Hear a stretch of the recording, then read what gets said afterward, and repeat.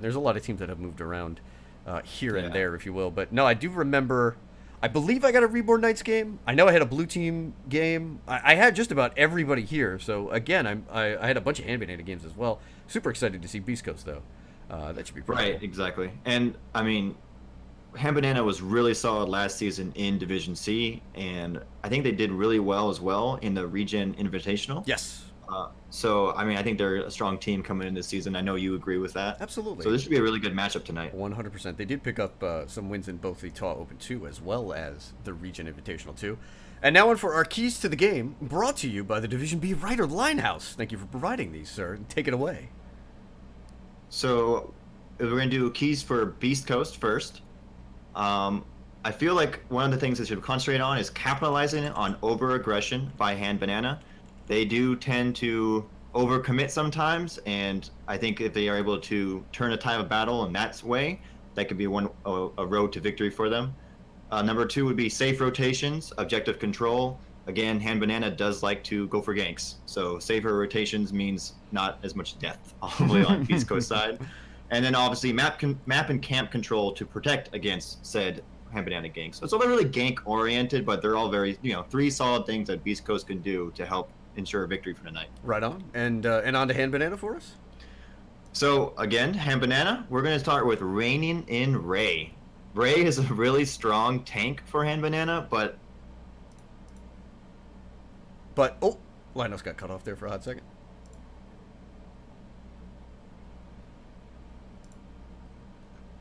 and if they can rein that in a little bit, they can be able to get those ganks effectively and get the kills.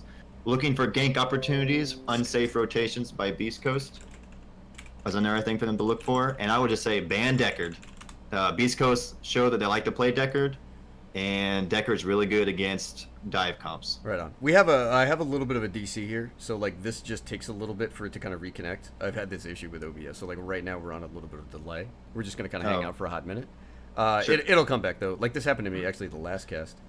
I'm not sure exactly what it is. Do I need to start over again at some point?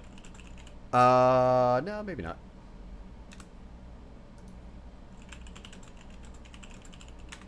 It's just a weird issue that I have had in the last couple of casts where it will disconnect and then it will take a couple hot seconds. It'll take like 30 seconds to a minute before they reconnect. I got most of that in there. We'll just brush up on them real quick. Yeah. I'll just read them through without the extra commentary, I guess. And then it reconnects. All right, so we should be back. There it goes. Like I said, it's just a little bit of a pain. It's a thing. I'm not exactly sure why. I might have to check it out. That's on me. But anyway, just to recap real quick, our keys to the game, which are brought to you by Linehouse again for Hand Banana, Rain and Ray. You talked about look for gank opportunities and unsafe rotations, and then just touch on it again. You said ban Deckard, and tell us again, why did you put that point in there for Hand Banana? Well, Deckard's really good against dive comps, and also I noticed that Beast Coast really liked using Deckard, so I feel like that's a comfort hero maybe for them, and it's a hero that is an anti-synergy for what Ham Banana typically likes to do. All right, cool. So, let's get this going. We have both of our teams in the lobby. Let's just make sure that everything looks cool. Okay, it's more stable now. Yeah, right on. Thank you, Pokechek. There in chat. We're going to fire this draft off. Everybody came here to watch a video game, not listen to us. Let's get a draft. What? We're headed to Volskaya Industries. Once again, the map bands for tonight. Battlefield of Eternity and Sky Temple.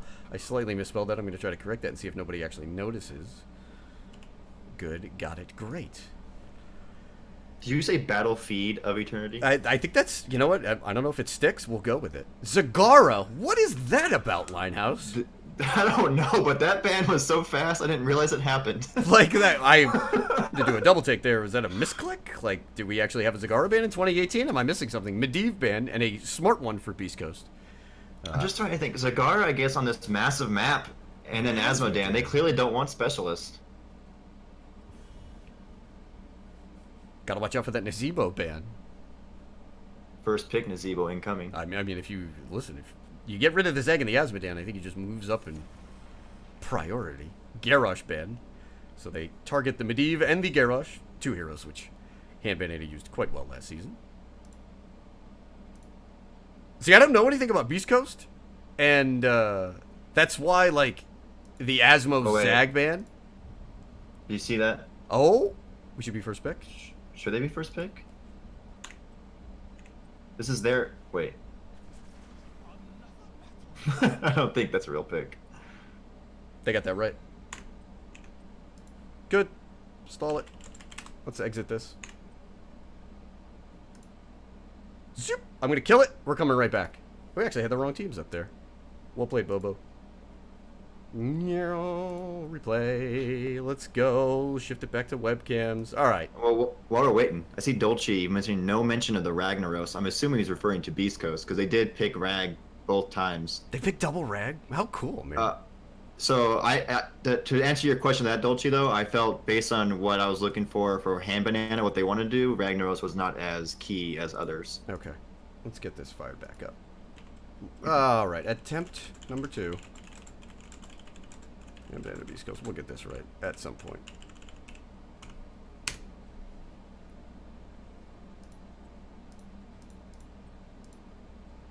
I got a Linehouse. Linehouse comes here. Let's get this right. Team number 1 gets that firstie. Let me get Ray back in here. Yeah.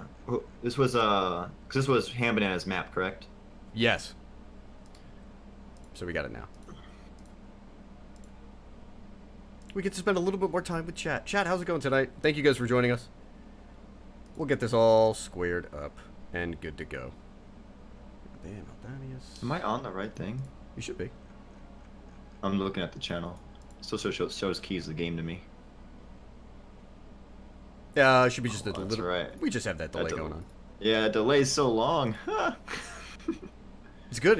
Hopefully you actually get to miss the time in which I set the lobby to the wrong team. We'll make this super fast. That was not a true Samro pick. We're not gonna go with that. We're gonna call that one on Bobo. I mean, Ray even said in chat that was a stall. I think they can play it though. No, actually, you know, that actually, it's kind of funny. Seeing the Samro there reminds me of the team that did break out the Samro and does have it. Has been involved thus far in the cast, has been spoken of, but I don't want to give away their hot play. Hot and spicy. A shout out to that B East Samro player out there. You know who you are, buddy. You know. Yeah. Oh, man.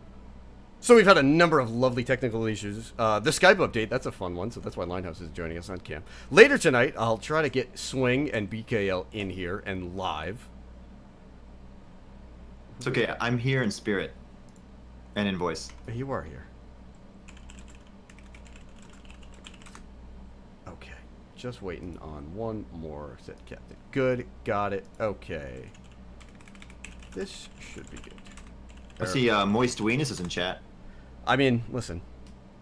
Why wouldn't he be? I was gonna say, Moist, I know you're I know it's Weenus, but I think Moist is funnier. When you cast my game later tonight, be easy on us. Just be easy on us. Okay. That's all I'm asking. Everybody's ready. We'll have a true draft. Team 1, we've got it set the right way. Let's do this. Let's just rip it.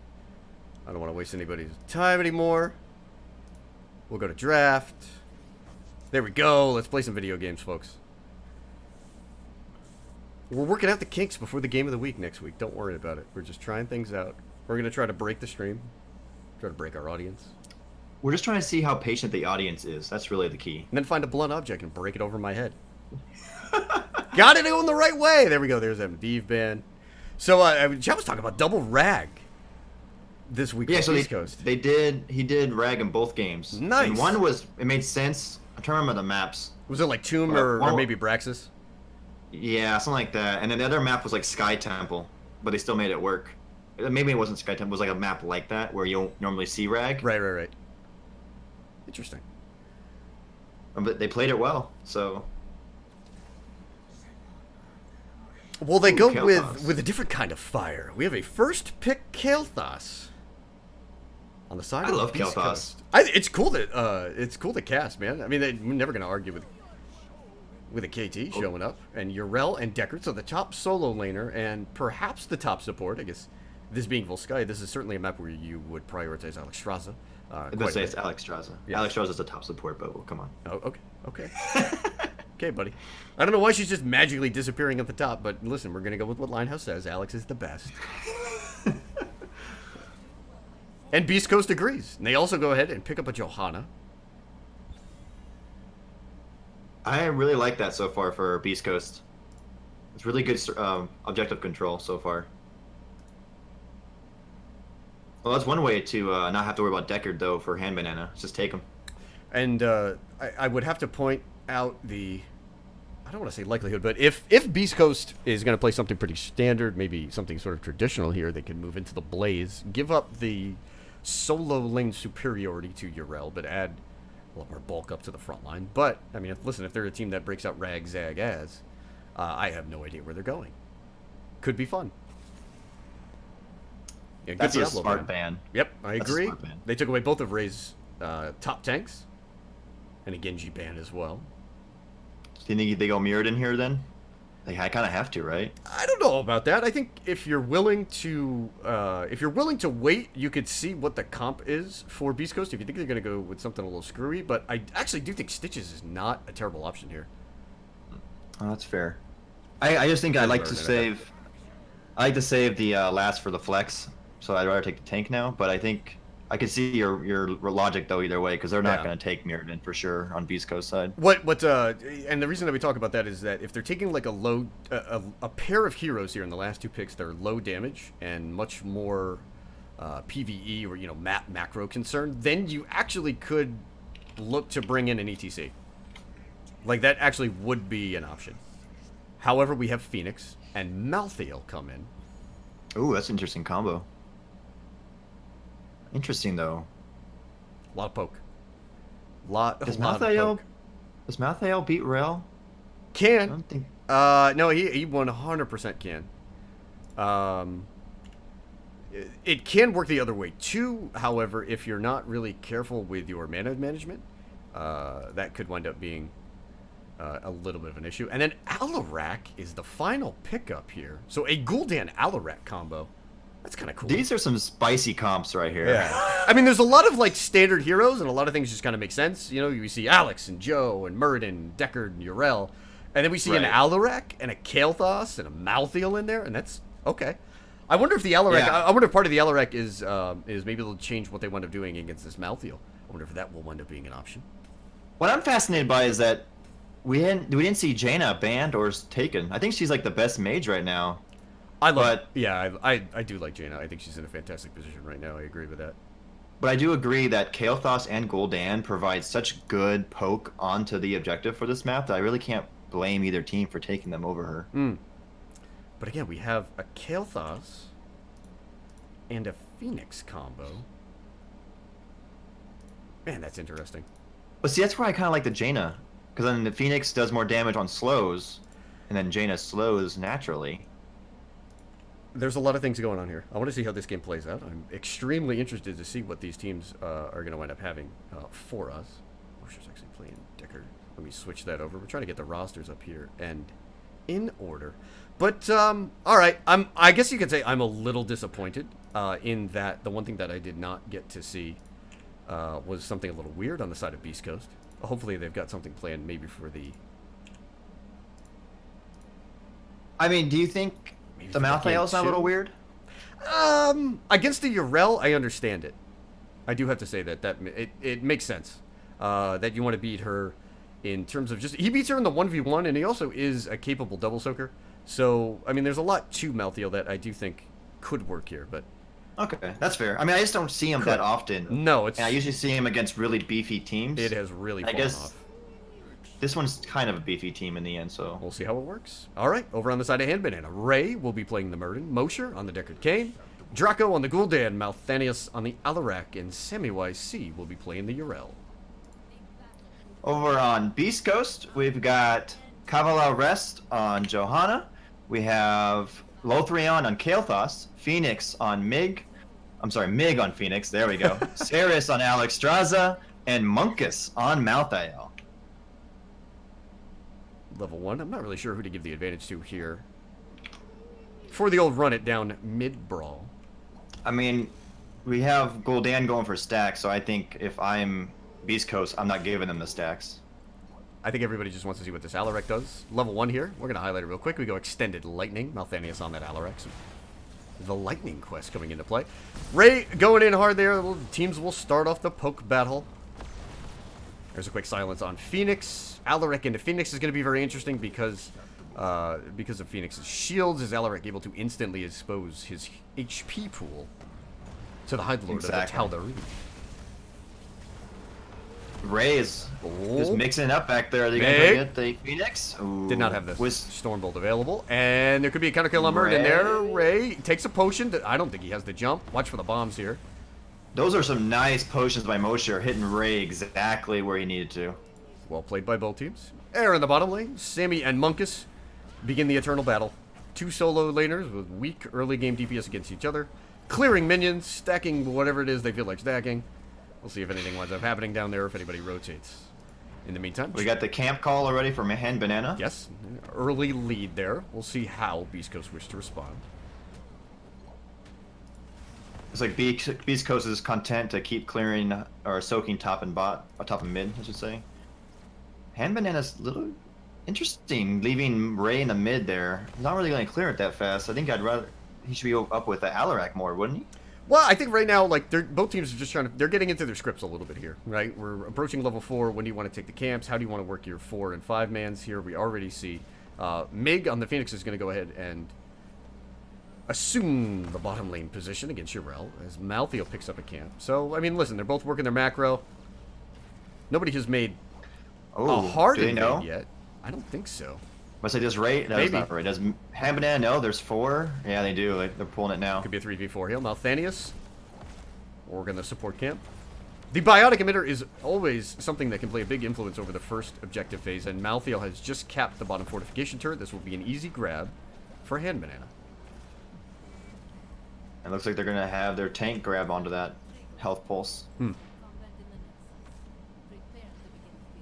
This is a mid objective first. Everybody looking to get stacked. Solid stacks on level 1 talent here, Circle of Life. 10 globes have already been picked up by Ceres on the Alexstrasza.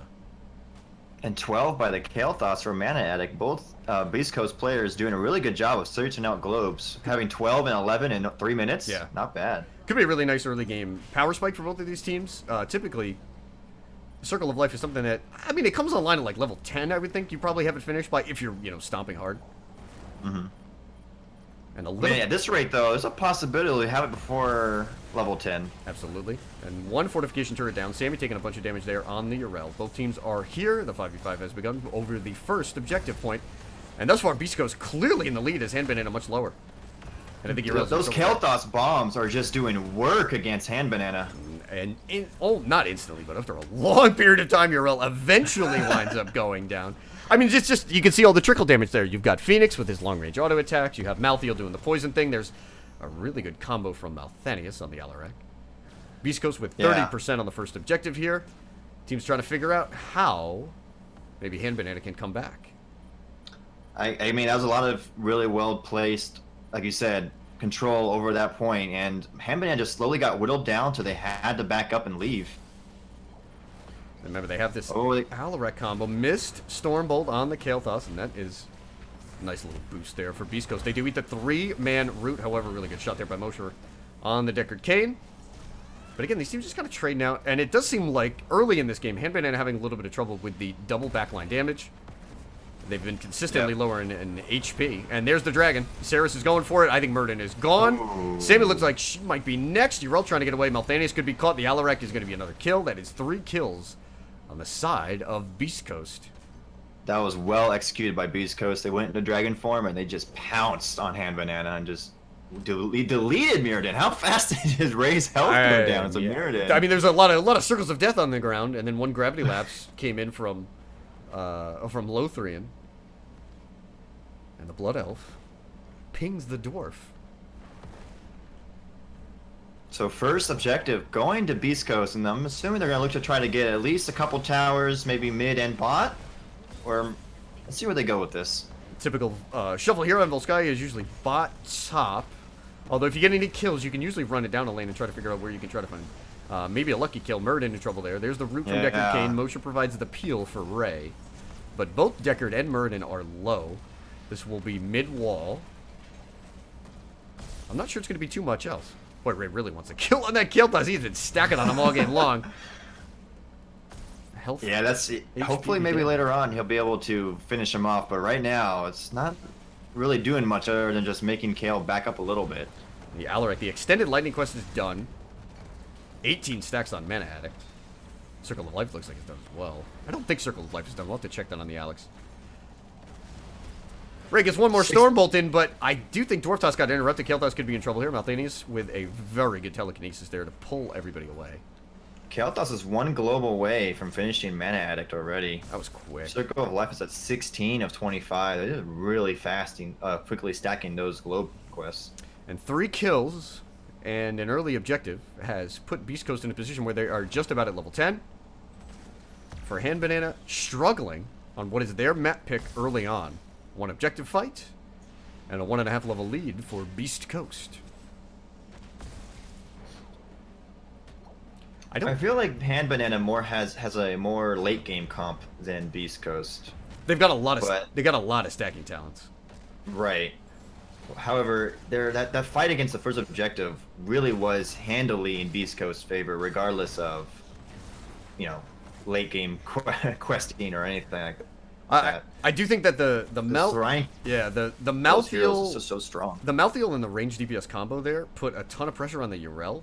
Like, she just doesn't, not being able to have an R button, Malthanius could be in trouble here. Telekinesis away, but with Yrel like not having Ardent Defender, it just felt like she's eating damage, and couldn't make a move. Right. And that's exactly. And then again, the poke. Anytime you have a Malthael, if you can't engage hard, it's going to be a problem. There's another combo from Alarak. 4v4 top. Yrel and Phoenix are double soaking, so we do see the intent here by Beast Coast. They're taking the Malthael, moving him into the 4-man. That bomb is going to spread. Right, it just keeps spreading over and over. He's placing them so well. And a snap grab on Counter-Strike. Phoenix comes out as well. We have Purification Salvo, Cleansing Flame, Blessed Shield. There's the horrifying Malthael. Looks like he could be going down. He was silenced there by the Alarak, and Draco and Malthanius connect. Ray now looking to far-eyed. Maybe another opportunity for a kill. There's a quick stay a while and listen. Kael'thas goes down. So Hand Banana getting aggressive before the objective turns, ripping those R buttons. Yep. Ray. And the telekinesis. He's gonna die. Oh, He's nice. gonna die for this. Nice pull though. Does Malthanius get out? He does get out. I mean, no, it 100% is worth it if you look from the standpoint of, well, experience being unequal. I'll trade my tank for your support. That's fair. Especially given that they are down a level. So now, what was a 3-0 lead in kills is now 4-3 in favor of Hand Banana. I think Malthanius is starting to get in a rhythm here with Alarak. That could be a problem. Plus, you also put the fear of Mirrodin in your opponent's eyes, right? In their hearts. I'm willing to dive into your gate for your support. What do you think I'm coming? Yeah, what do you think I'm gonna do when I get stacked? Oh man. Early game leaders here. We see Kael'thas up at the top of damage. Alarak on the other side. Like I said, Malthanius is looking good. On the High Lord, we'll see if he can carry this into the next objective phase, but it does look like Beast Coast is going to have level 13 for it. Hand Banana about 3/4 of a level behind. But Hand Banana did look like a way different team with their ultimates than they did earlier in the game, so there's still some hope for them this game. It's still a close match. 13s have been picked up. Inevitable End is going to be the big one there for Malthael. You see a little bit of, what is it? Is that Pyromania? Is that Fission Bomb there for Kael'thas? The Stormbolt goes in. There's the poke. Cavalot rest at the front on the Johanna. Sammy looking for a way to get out. Yrel has been taking a big chunk of damage for most of this game. She's been a surprising focus for Beast Coast. Yeah, but she does have Ardent Defender now, so that she'll be able to jump in for a bit longer. Flank, low 3, and just with the 100-0 on Gul'dan. Looks like this Kael'thas is going to, maybe have an opportunity to finish the Murder off. No, Ray actually makes it back to the well. There's a stay a while and listen. It hits 3 members. Counter-Strike comes through. No kills, though. And honors go over to Beast Coast.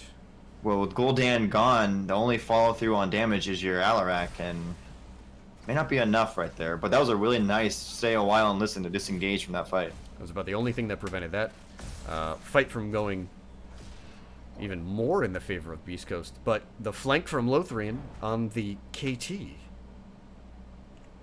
I mean, he ripped a full combo on Gul'dan. And Phoenix was there, and, I mean, potion or not, I don't think Gul'dan was making it out of that one. No. I mean, Beast Coast has been really great at following up with their KT. Wow, that was a nice pick. And now the Horrify comes out. Draco has Johanna healing in the wrong way. 95. You want Alex. They're going to have to give this up. There's the overtime call. There's another shotgun Stormbolt from Muradin. Here comes a combo from KT, though. Lorien has wiped Muradin away. Cleansing Flame saves Alex, so it winds up being a little bit of a delayed one from one. Phoenix, though, will be back in about 15 seconds. Malthanius at the front there. I want to see if he can maybe keep this one in Hand Banana's control. 99% for Beast Coast. Phoenix is on the way in 3 seconds. Linus, 86, 88. Do you think Beast Coast winds up getting this one? There's Iron Skin for Johanna.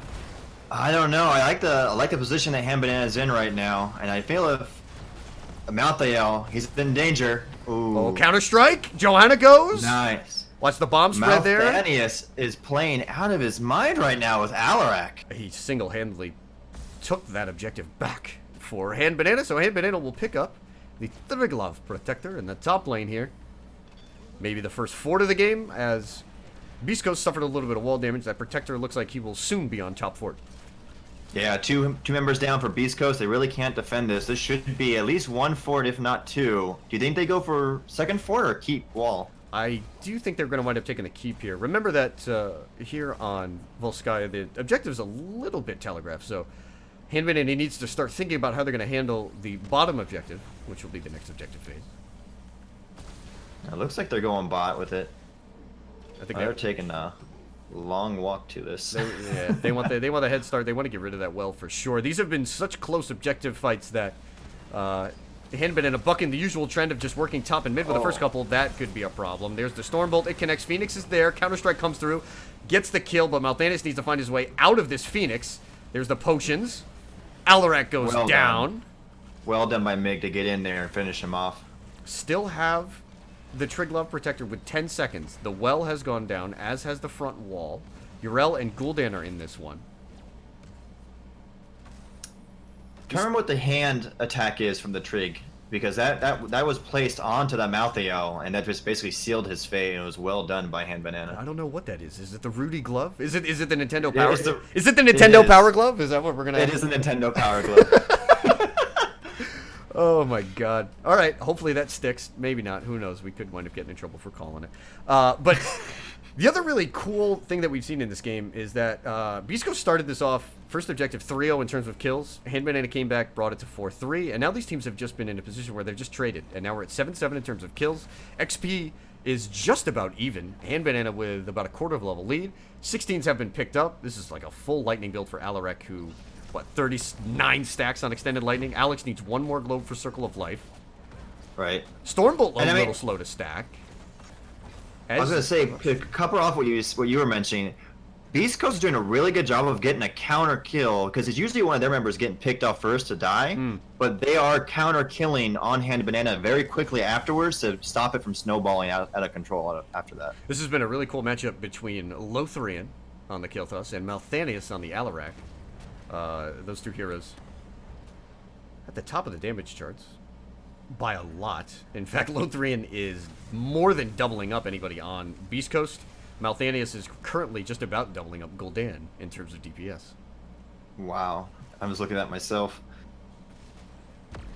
And the healing, though, probably by Deckard is doing... He's like, you know, about 10,000 more than Alex Strasza so far. Although, Alex Strasza is really going to start getting way online the longer she goes, especially when she takes Draconic Discipline. Did she do that? In fact, we're going to take a peek here. Circle of Life is completed, and Draconic Discipline, as you talked about, is there. So now Alex becomes even more of a nightmare on the objective point. This will be a bot lane objective.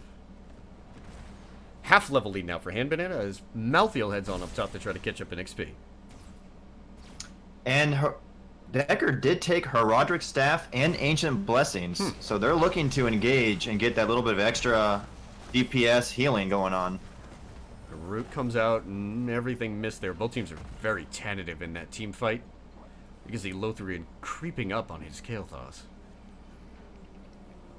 I mean, there's no real reason to take too risky of a fight right now. They're both on even levels. Everything's kind of even on the map currently. Objective in 30 seconds. Urel is top. Neither team really has a clear path to 20. This is going to take a little while. They should be fighting on the same talent tier here in the bot lane. Oh, Hammernet hasn't capped his top point. I was about to say, are they going to go grab it? But they clearly cleared it earlier and just waiting to cap it. You see Nice. Sammy there. Just taking a quick peek on the opposite side. Munkus has 40 seconds before he can grab this, and there's the grab from Hand Banana. So, do they slow play it now in the objective here? Are they looking maybe for the late invade? Do they even think about, giving up the early part of this objective? I mean, I would slow play it, try to poke them out and hold them down as long as you can, because that will push up against the keep eventually, which will open up a win condition for them. Taking a look And at this is also the conveyor of deaths down here, so Yes. that's not the best point Yes, to be on. this is Point C, Point Clown Fiesta. 2 fortification turrets and a biotic emitter for Hand Banana. 1 apiece for Beast Coast. Ray comes in. There's a double Stormbolt, and Alarak follows it up.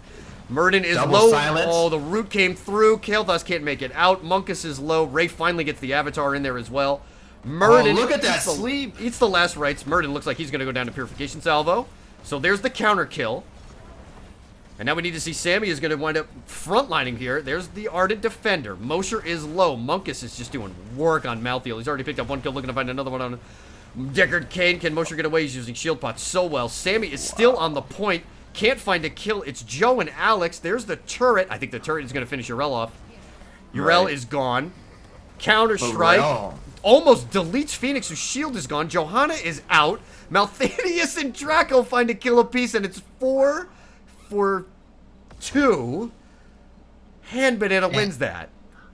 And I have to What? say, the play by Sammy with Rel on there to Whoa. stay alive, I think they kept Alex Straza and, was it Kael'thas back there or Malthael? I'm sorry, I can't remember who the second person was. So KT gets like instant jibbed, right? The Stormbolt is Yeah. stacked, so the Pierce comes through on Stormbolt and winds up getting rid of Kael'thas. And then what winds up happening is that they just can't get Munkus dead.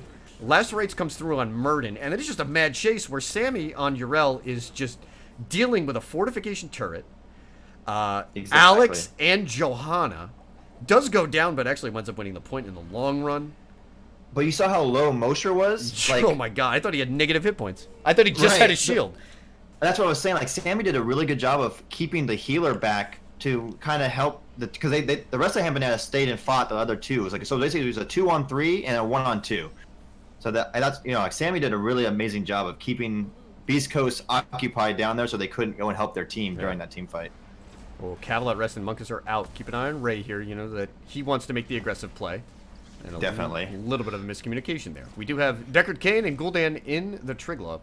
I'd like to see Gul'dan actually out of this, to be quite honest with you. They don't have a lot of siege. There's a pause. There's a pause. Okay. But I do agree with you. I gotta see Gul'dan out of there, and maybe either Sammy or Ray or Rel or Muradin in there instead. I'm reading names. I'll get there. Sooner or later. Don't worry about it, baby. It's early in the season. Like, here's the thing. It's early in the season. As we can tell, Bobo already, had the wrong team drafting first. Had the pause on OBS. So, Linehouse, you mixing up 1 or 2 names is all right, brother. We're going to let it go. But I do agree with you. Gul'dan shouldn't preferably not be in there, right? Because he's got the poke that you want when sieging through a wall. And he's definitely, listen, he's a target that certainly can be killed. But I certainly think for the wall there, they might want to think about making the switch there. All right, taking a quick look over at our talents. Just about everybody's quests have been completed. The only thing that's actually behind a little bit is this Stormbolt quest for Only Murder. 22. Yeah, that's taking a little bit longer. I thought he had that Pierce on already.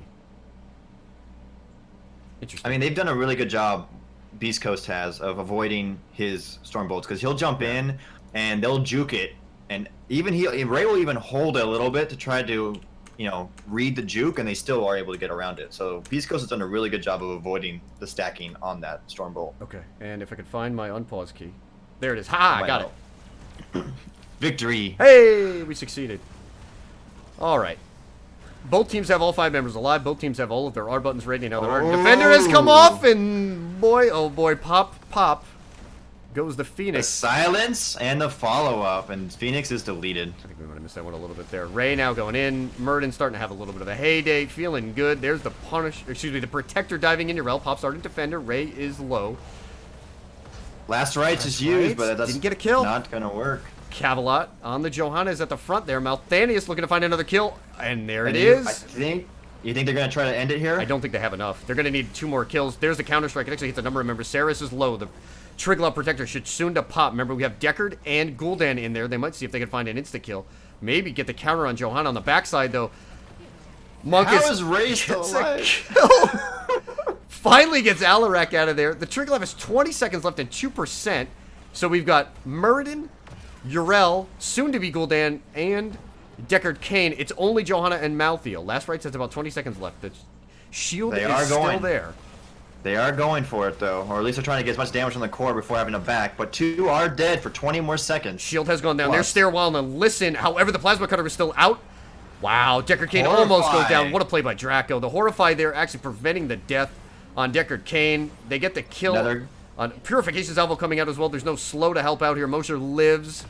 Deckard this is just definitely GG. Shield potting himself. Core's down to 60. It's still taking a while, though. Draco's there. 30. They have a lot of time. Low 3 in. I think Gul'dan might be going down. 18. 10. 14. All right. 6, My God. 3. That's the longest core call ever. Whoa. They did it, though. Fun times. And Hand Banana winds up claiming game number 1 here. Wow. Okay. So that happened. What a fun game. That was really well played by them. Yeah. By Hand Banana. I thought Beast Coast... both teams. Yes. I thought Beast Coast did a great job in the early game, and I really think that the entirety of that game came down to the Clown Fiesta point, if you will. Mm-hmm. But you can see how that point is just so... like you said, Clown Fiesta. Like, they lost that match because of the rotations of how the conveyor works. It just screwed them. You get on that point, and it looks like a good, clean fight, and you see 1 kill get ripped off. In fact, the first person down was Kael'thas, and it looked good. And then you just see this Malthael going in circles, and then you see Johanna and Alex going in circles, and Handvan just can't find another kill. Monkus goes nuts on the backline on that Malthael. But yeah, that was a fun point and a fun bit of video game to watch. MVPs in that game, I'll keep throwing the plaudits out there. I thought Lothrian and Malthanius were fantastic. Linehouse, your thoughts? Well, I am gonna go with the non-DPS because they always get all the glory. I thought Rel, Sammy CC played really well with her, and Saris on Alexstrasza did a great job. She popped her dragons at such amazing points during the team fights. And I say she, I don't know if it's a male or female playing the character, but it's a female character in the games. But the dragons were perfect, and again, Sammy was amazing on Rel, trying to make sure that her backline was protected or to prevent the enemy team from re-engaging. Yes. Or good play from both of these teams. It's cool to see 2 teams that we both expected to do well in B East, having a really good match. Again, first objective went over to Beast Coast. Second objective to Hand Banana. Third objective on the Hand Banana, and then that was the game with, again, one pretty darn long fight there over that last point. Okay, map number 2. Yeah, how long was that core call? 2 minutes, almost? Is it up yet? I almost felt like timing it. I might even take a look at that. Right? It was so long. That was a long time. Because, like we talked about it, like it's just Gul'dan, and then Alarak goes down. Monk just traded Malthael for Malthael for Alarak. So, like, they don't have single target siege damage other than Gul'dan. And then you see Kael'thas come back, and you're like, oh, crud. Like, there's 20% left. Wasn't really sure where that one was going to wind up going. But in the end, Hand Banana did claim it. All right, let's get game number 2. East Coast. We are headed to Infernal Shrines. Try to make sure we've got everything good and ready. Any changes you want to see here in draft for game number 2? I mean, it's hard to say because I felt that Beast Coast, even though they lost, and it looked kind of bad based on fort-wise, but I felt that they still played a strong game. So I would say the only thing I want to see them change is they need to be more aware of what Ray is up to, because he kept jumping in and just disrupting whatever they wanted to do. And I also feel like sometimes Ray was out there a little bit too much, where if they just turn and delete him, because they did that one team fight, right? Early game, early game. Right. They deleted him, and that just won them the team fight completely. And I think that if they had kept doing that more, or maybe try to do that more, they might have been more successful. Yeah. But it is really hard to say, just in a bubble how the games go. What about you? You think you want to see any changes made by Beast Coast or Ham Banana? I'm not. I wasn't 100% sold on the Gul'dan there in the draft. I think we both wanted to see Jaina. I'm trying to think of what else. But I will say they did a really good job with their Horrifies. Yeah. So that may be and that might be why they went with it, because there was a couple team fights won purely by the Horrify. Yes. And then at the end on the core there, Deckard has Stay a While on, but the Plasma Cutter's like rotating around, and they use Horrify actually to keep Kane alive. All right, we'll check on teams. Chat, thank you guys for joining us. If you're just jumping in late here, we have game number 2. This is Hand Banana and Beast Coast, a Division B East matchup. Both teams are ready, so we'll be headed to game 2 very shortly, just to make a couple little checks here. Make sure we've got everything looking good. I am your host, Professor Bobo, the head caster here in NGS, and I am joined by Linehouse, the Division B writer, and that's specifically why I wanted to have this guy join here. Also the captain of Subject to Change up in A. What's the season going like so far, brother? One round in. We suck. Oh no! I think that's we're not doing well. We're all like, only other than me and Math Problem, the rest of us are basically all new to the team, and we all formed like a week or two before the season started. So it's about as expected so far. Well, hey man, listen, we got Swiss style going, so hopefully you get some like better matchups, and you guys pull your way back up. I'm sorry I asked. I feel like a jerk now. Oh well. It's part of the fun, man. You play and you gel as a team, and then you get better. Hopefully, that's half the fun of this league. That's so funny. All right. Just caps. I just want to make sure. I want to double check. I've got the right team drafted first. Good. We got the right map. That's a thumbs up. We're doing all the good ones. Yep. Good. Got it. Everyone's Great. on the right side. Hey, let's go to draft, guys. Tally ho! We are headed to NGS headquarters, Infernal Shrines. This is where the headquarters is at. This is it. No wonder I can never find it. This is HQ, dude. You never know where we're gonna run it down, but I mean, this being NGS, you have you're statistically just more likely to catch Infernal than any other map in the pool. Well, Quantaka told me it was at Hanamura, so I feel I've been lied to. He's a tricky guy, man. You never know what he's up to. He said it's Hanamura. I don't even know if he gets to play on that. Asmo ban? Are we gonna get the same Asmo Zag ban? Medivh ban again. Does Hand Banana play a really good Medivh? I can't remember, to be honest. Yes, actually. Draco does. Zag again. So these are targeted. Or Hand Banana really hates Asmo and Zag. Hand Banana has a very special draft for this map.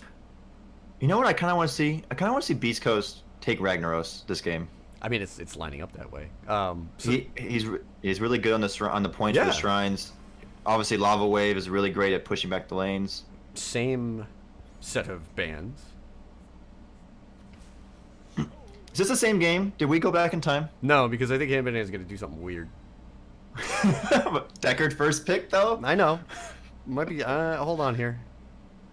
Because they do have a very special draft for Infernal Shrines. I just don't know if they're going to be able to bust it out. I don't want to also ruin it for chat.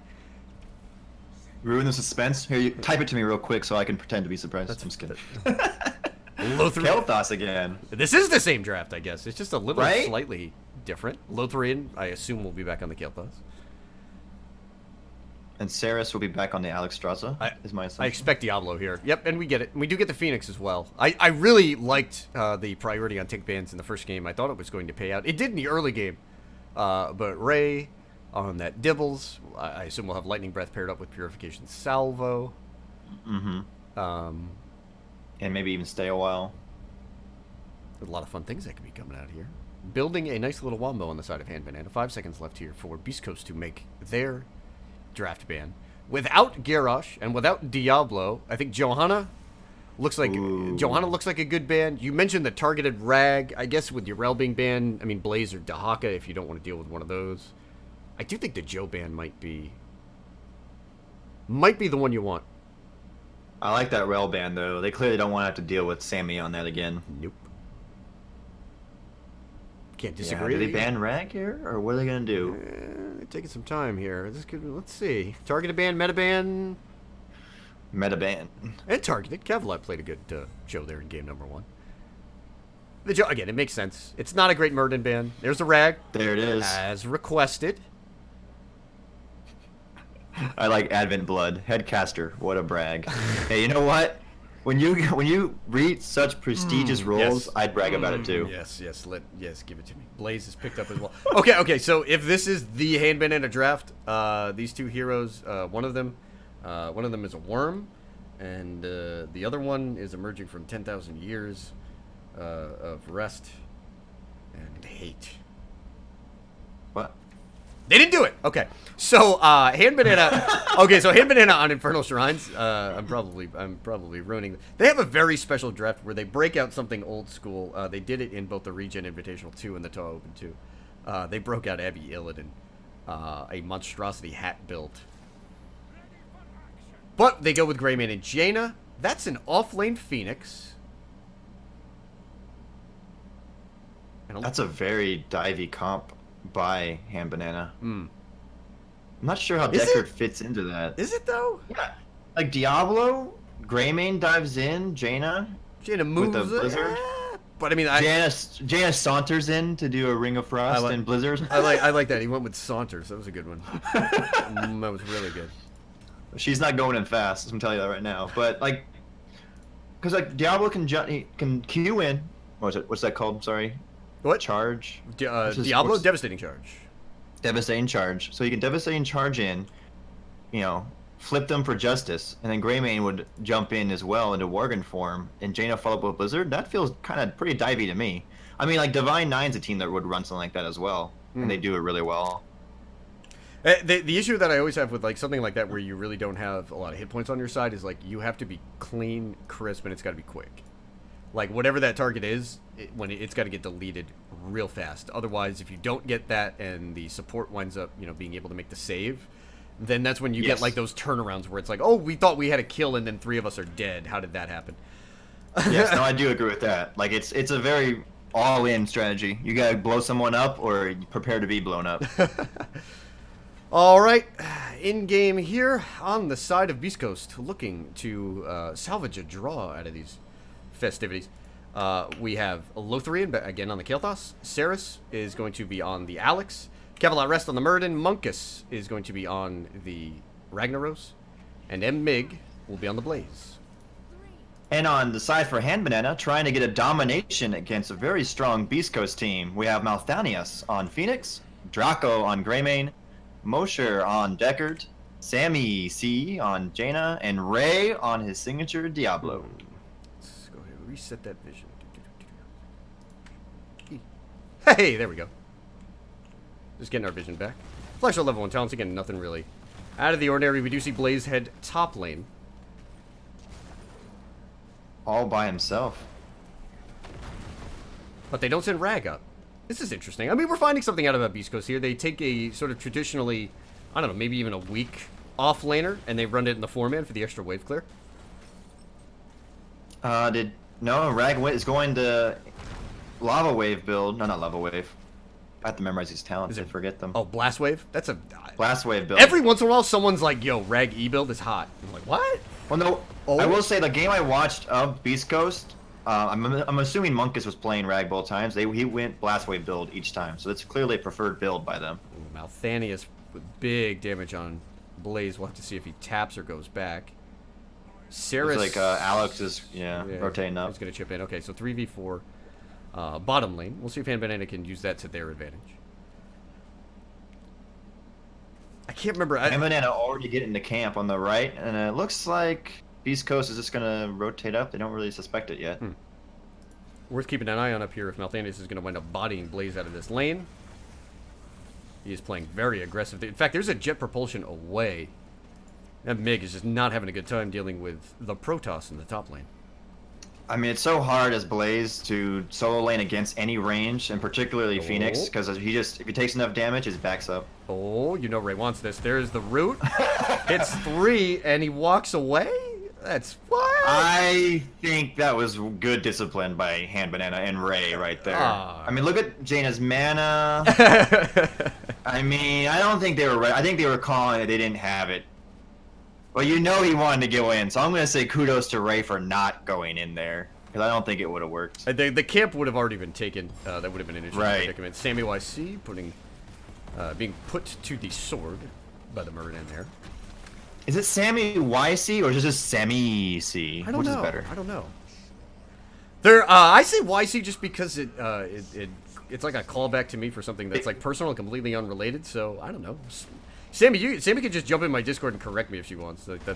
That's perfectly fine. I'll take the blame for that one. Ray, using all of Diablo's Fire Stomp stacks to resist that gank attempt.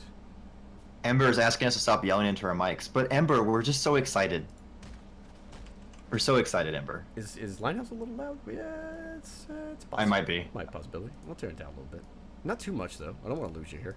All right, so top camp is grabbed. Hand Banana with the advantage here in macro. But about a quarter of a level behind here. And it looks like Beast Coast will start things off. This is a Mortar Punisher here in the bot lane. And I'm wondering when Munkus is going to split off to go into...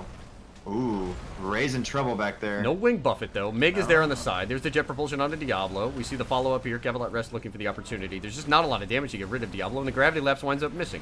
22 Skeletal Defenders have been picked up on the side of Beast Coast, and now they see a target. Munkus is it, but he does not get the combo from Diablo. Lothrian is in the route as well. Boy, Hambin trying to find a kill. Draco goes in. There's the dive. They may have Murden. Maybe need 2 more auto attacks, but Lothrian yet again with a big Gravity Lapse on his Kael'thas. Molten Core is being used as well. I don't know. Is this going to be enough for Beast Coast? They're still just about even here. It is about even, and it looks like they're going to come back Draco. and re-engage. They get Draco. 31-37. This might be a little bit of a trade here. Hand Banana picks up the Mortar Punisher. Draco gets away with about 150 HP. There's no Molten Core now for the bot lane. Yeah, and I feel like Beast Coast should have been able to win that a little bit easier, but Hamadan did a really good job of zoning them out during the Molten Core and just taking down enough of the objective to get secure in time. A shout out to Ray there. I saw him on that Diablo just dragging the Skeletal Defenders a little bit out of the way of all the rag noise, and that's when you saw it go from like 28-28 to like 37-31. A lot of low health bars here. Hambin will have it did seem to go fast. They'll have to put in a little bit of work here to get rid of the fort, as the Mortar Cena is soon to be gone. In fact, I don't even think they're going to get it. They don't. No, it's safer to back up at this point. They are already rotating the camp. Yep. Bonus here in the top lane. The Shaman camp on the side of Hand Banana, reducing the top fort for Beast Coast down to, I don't know, about 5%. Man, Ray's doing been more work than John Cena. Ray's been looking really aggressive, but just hasn't like felt like, all right, this is the target yet. He winds up hitting the flip on Murden, but the target is Rag. Draco dives past the fort, needs one more auto, gets it. He's going to have to scoot on out of there. Doesn't have Dark Flight. And there's that Gravity Lapse just barely missed. Malthani should have Warp. It is not interrupted. Hand Banana get the kill on Rag. And they're staying here. They want this fort on bottom lane. It's a lot of XP, and as long as they have are comfortable with Jaina sort of double soaking and just playing it safe here, this is their path to level 10. This is their path to the next objective there in that mid lane. They finally do take bottom fort. Plus, they have a really low fort and top lane. They could easily push those both down. That's the jump. The Dwarf Toss came through.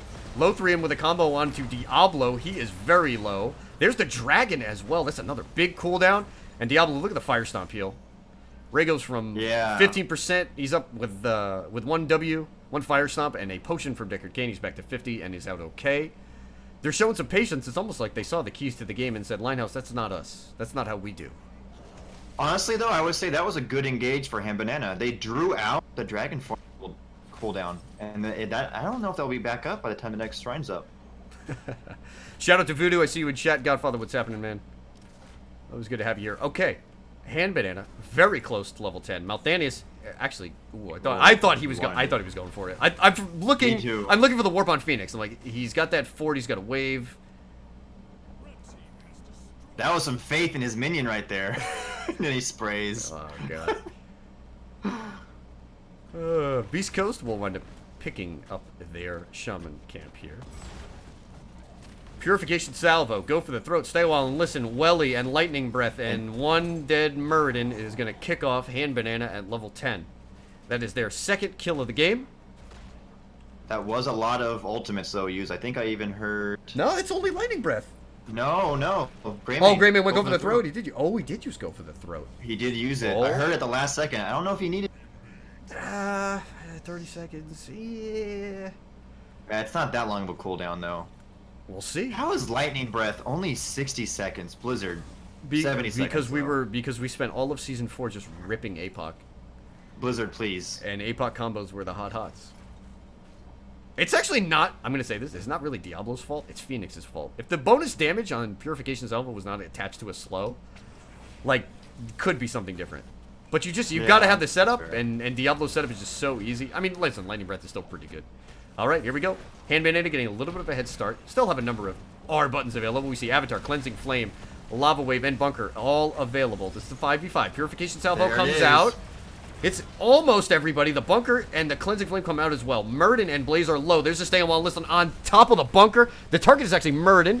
We do see Lightning Breath. It finishes off Muradin. Mosher is low as Mig has been providing pressure. Draco finishes off Rag as Munkus goes down. Kael'thas goes down. There's the Blizz. Mig has got a long way to go, and the Hand Banana is not going to let him do it. Lava Wave top trying to, I don't know. Maybe stop some of that pressure, but Hand Banana has just been off and running. They're finding a groove here. From late in game 2. That was really well executed. Yeah, from late in game 1, and on into game 2. Let's say that was really well executed by Hand Banana. They were all so low, yet they played so well together and backing up, just not going too deep and letting Beast Coast come to them. And it's not fantastic damage on the side of Beast Coast. They're going to have to do some cool things. Oh, and this could be one of them. There is Rag. Immediately hits 4 members with the hammer, and I think he has an opportunity to find a kill on either Jaina or Greymane. Now out of it. Yeah, Hand Banana burst that down as quick as they could. Sammy's in there deep. Alex goes down. Jaina and Diablo are crazy low. There's the Phoenix. Purification Salvo gets interrupted by Gravity Lapse, but Muradin goes down anyway. Alright, is it just me, or has Sammy on Jaina been at like less than 10% health for like the last minute and somehow not die? Jablasted, I guess, would be the term. 13's picked up here for Hand Banana. Just living on the edge. Maybe she forgot she's playing Jaina, not Urel. I don't think that's the case. I'm sure that's not the case. I'm just teasing. We take a quick look at our talents here as Hand Banana gets to 13. Jaina about halfway through the advanced ice block. Scroll of Identify has been complete for Deckard Cain, and Diablo is sitting on a full set of 100 souls.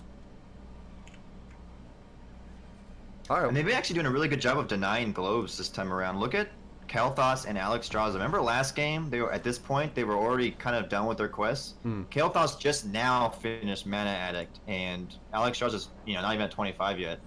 Hand Banana's made that adjustment, I guess. One good point is that Hand Banana has dominated so hard in the top lane that Beast Coast really had to break up their 4-man really early, and they may have lost a couple of waves in there. They were doing all right in terms of XP, but maybe just it wasn't enough to pick up 2 globes on a number of waves, where you usually just get that opportunity at some point in your 4-man. It's very true. Lava Wave bomb. bomb. Okay.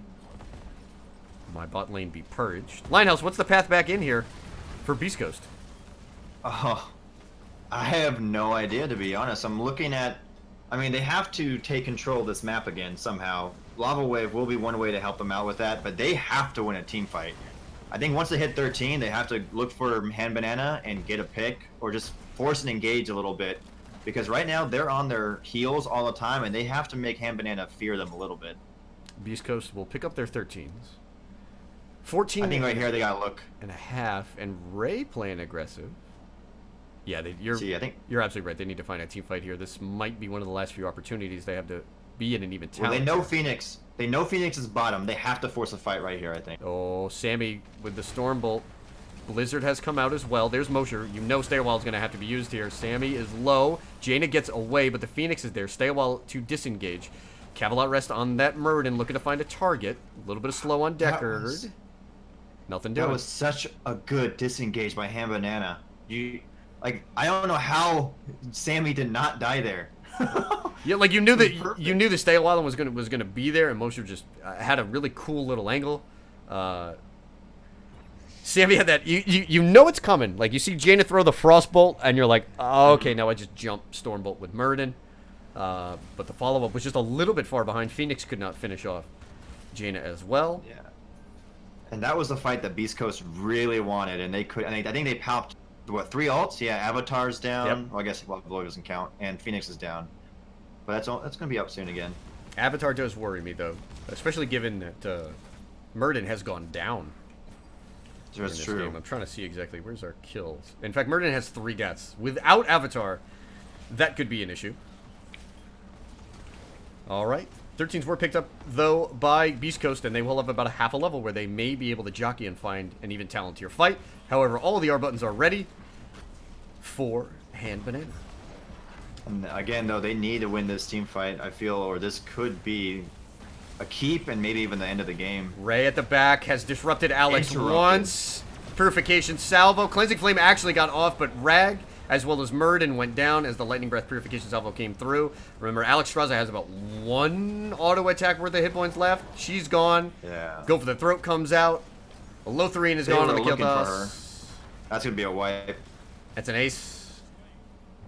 As Trickster says, it is a 5-man team wipe.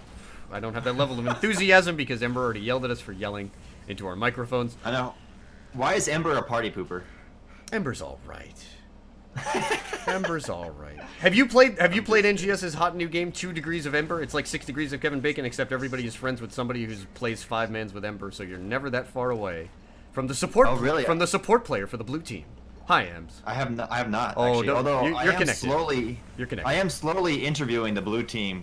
Nice. For an article. Nice. So maybe I'll have to ask that question. All right. Top lane. This is a Frozen Punisher, and this is a lot of damage on the Murray. And in fact, Saris has to pop Dragon already because they know what's coming. Purification Salvo is being ripped. Rag actually got pushed out of Molten Core. A great play by Ray. Lightning Breath coming out. The target yet again is Murden. That is the 5th death on Murden. Mig's in the back line. Big jet propulsion, but I think he's going down. The kill is finished off there. Rag interrupted again. That's the second. Ray. Alex goes down. Draco's trying to find it. Did he get it? Yes. Pop. That's a second 5-man team wipe. Pop. And that's got to be the Pop goes Beast Coast. And Hand Banana claims game number 2. Ray just going off. Absolutely. Yeah, pop. Definitely. Happy B-Day, Mom. Happy B-Day, Mig's mom. Cheers, Mrs. Mig.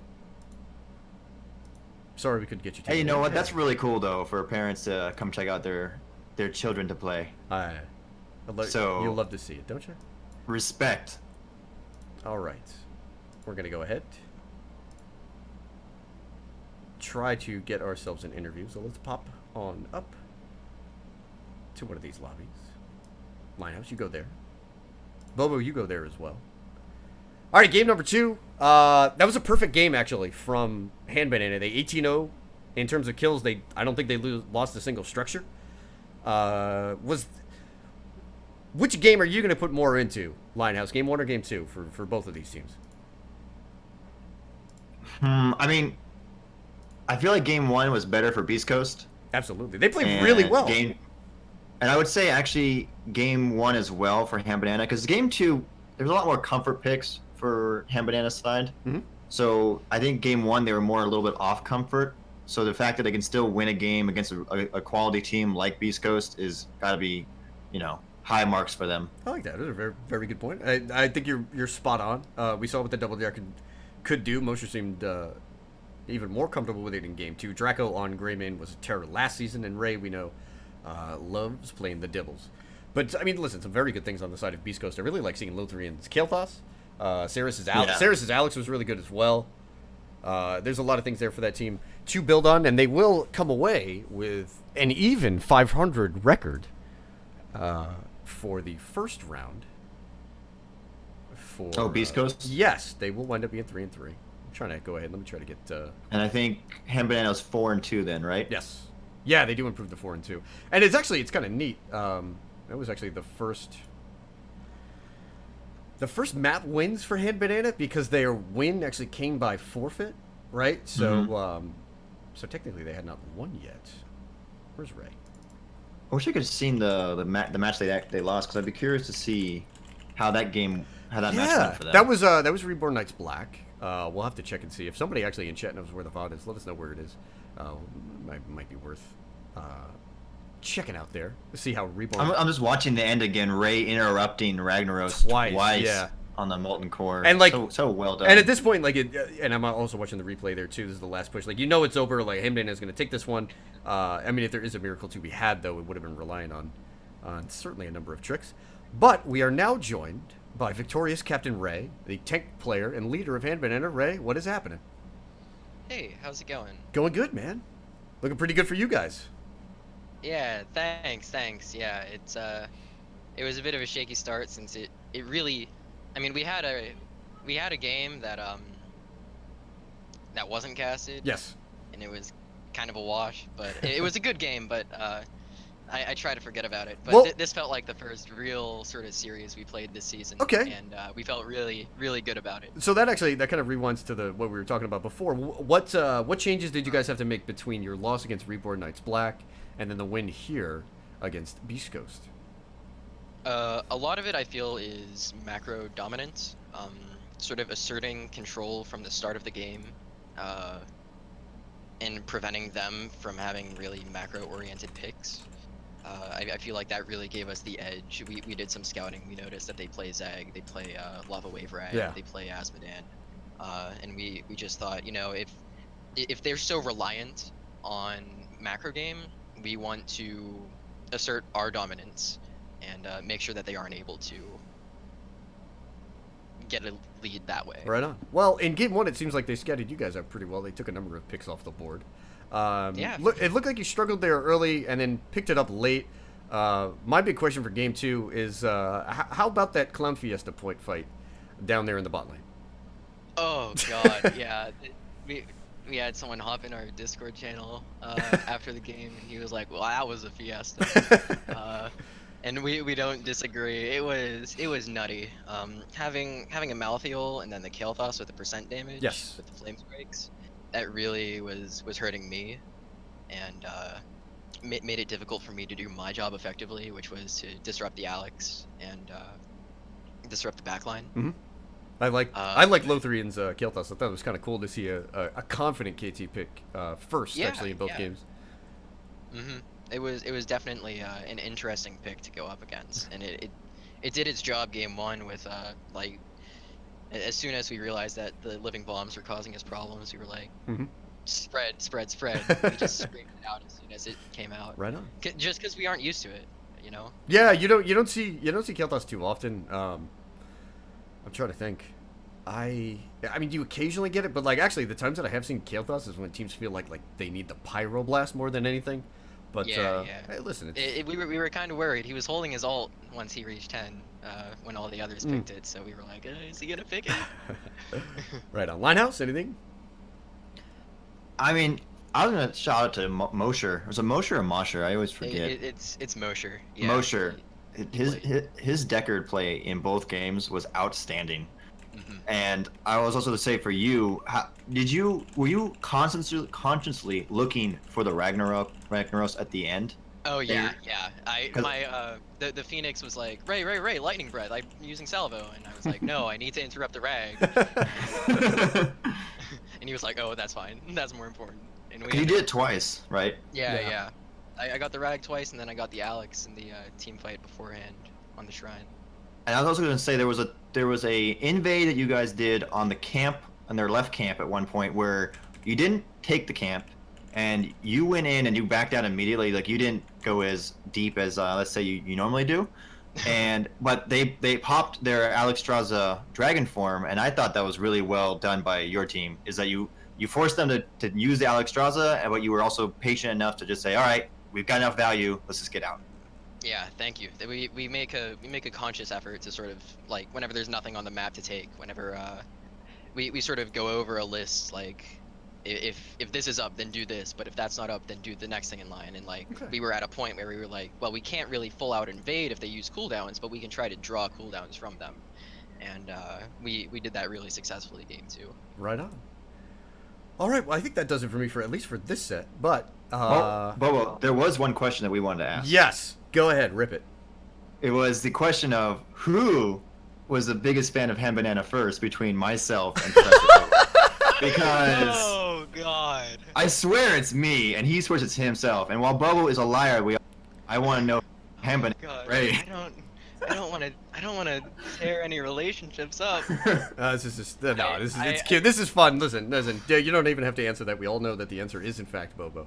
But we've been very happily tracking the progress of a lot of teams like that move up, and I thought it was really cool that you guys got to move up from C to B this season. I just want to Yeah, throw that it's- shout out there. Yeah, thank you. It was a really exciting first season we had, and we're definitely noticing the competition increase. That's We're awesome. in Division B. Very good. Very good. What? I feel like we're focusing more on the overall gameplay instead of our personal strengths, All right. which I think is huge. What do you guys have for round 2? What's the schedule looking like for Hand Banana? We have a Stitches Be Crazy game, I believe, on Thursday. Right? We have a 104 game the Thursday after, Mhm. and there's another team that Sammy was trying to get in contact with. I don't know if. Okay, 1+1. Hi, Sammy. Yeah, she's. Hey, Sammy. Says hi. Tell her she played really well on Rel in game 1. You played really Jana- well on your L in game 1. Jana was Says okay. Linehouse. I'm just Jana kidding. was okay. Jana was good. I'm just kidding. Too funny. But yeah, we're currently in contact with 1+1. Excellent. All right. Well, 1+1. So I think that's a good block of games. A lot of teams that have been there in NGS, and hopefully we'll see how the top of B East winds up shaking out. All right, we're gonna let you go, Ray. Cheers. Thank you again so good much job. for Hey, blessing the, us. Congrats. the floor is yours, man. Time for shoutouts. Dang. Shout out to anyone that we messaged in the Discord channels to watch us. I mean, we messaged a bunch of people from our WoW guild and other HOTS Discords. Shout out to them. Shout out to Brute, our #1 fan, there from the start. And shout out to you guys for casting our game. All right. Cheers, brother. And to Smitty for Smitty Werbin Yeah, Smitty. for looking at our My man. games and stuff, helping us out, helping us get better. It's a good eye to have. Cheers. Good luck. Yep, thank you. Okay, so that is going to do it. Okay, let me go down here. Let's get Linehouse on over there. All right, brother. So that'll do it for this set. Closing thoughts. I mean, was this playing out how you predicted? What do you think this means for Div B early in the season? I mean, I actually like again. I feel like these two teams are really strong in Div B East. So I was a little surprised to see Ham Banana do so well, particularly in Game 2 against Beast Coast. And I think that speaks volumes to how good this team is. And I feel like they have a good chance now at really being a strong, like, top 4 team at, Div B East when the season comes to an end. But Beast Coast still played a really good game. And, I mean, again, I guess to answer your question, I'm a little surprised at the outcome just because I felt it would be a little bit of a closer match in the end. I do think Game 1 could have gone either way. Yeah, I do. I agree. That, like, again, I actually do want to go back and at some point I'll take a look at that fight over Point C because that one was just nuts. I don't know if anybody clipped it. We might have to set that to some Benny Hill music. All right. I'm pretty sure Mosher at some point gets a stay a while and listen on 2 of Beast Coast members Yeah. while they're on the conveyor belt, and they're just slept while riding the conveyor belt, and it's just amazing. Conveyor belt is insane. I know it. Like I know it's like game breaking, and like it just doesn't look good, and it's just kind of but it's but like it's come on, just let's get the highlight out there. All right, guys, that will do it for us. So once again, I have a triple header of games at the top of the hour at what is it? 6 West, 9 Eastern. I am going to have a heroic div game. I've got Texas A&M and the Real Ultimate Mosh Pit. 2 hours after that, we're going to end the night over in A West, where it is Archetype and Divine 9. Swing will be joining me for the next set of games. We'll get going again up towards the top of the hour. But I do want to thank Linehouse, Div B writer, captain of Subject to Change, and the occasional podcast guest. Thank you for joining me here today. It was a pleasure to have you on, man. Hey, thank you for having me. I had a lot of fun, and it was great casting with you, so Absolutely. appreciate it, man. I'm sure we'll catch you at some point again later in the season. All right, everybody. Once again, that is going to do it for us here. We'll be back shortly. Until then, we are about to throw the raid on over to Ghost Dunk. Stay tuned for some more NGS action, and we'll catch you here on the NGS main channel shortly.